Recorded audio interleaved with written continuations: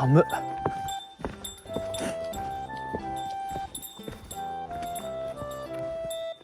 もう寒いからこれもしかしたら池凍ってるかもしれんぞ。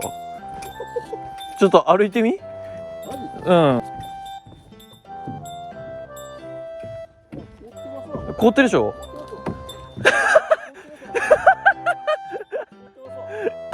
がっちり入るじゃん。がっちり入るじゃん。前に。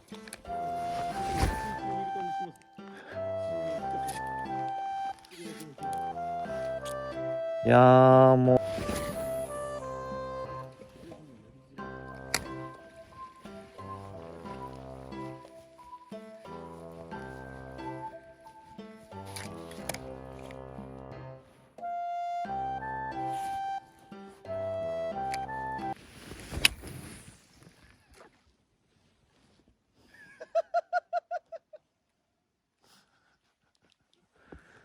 なんか嫌な音したなと思いましたよ今。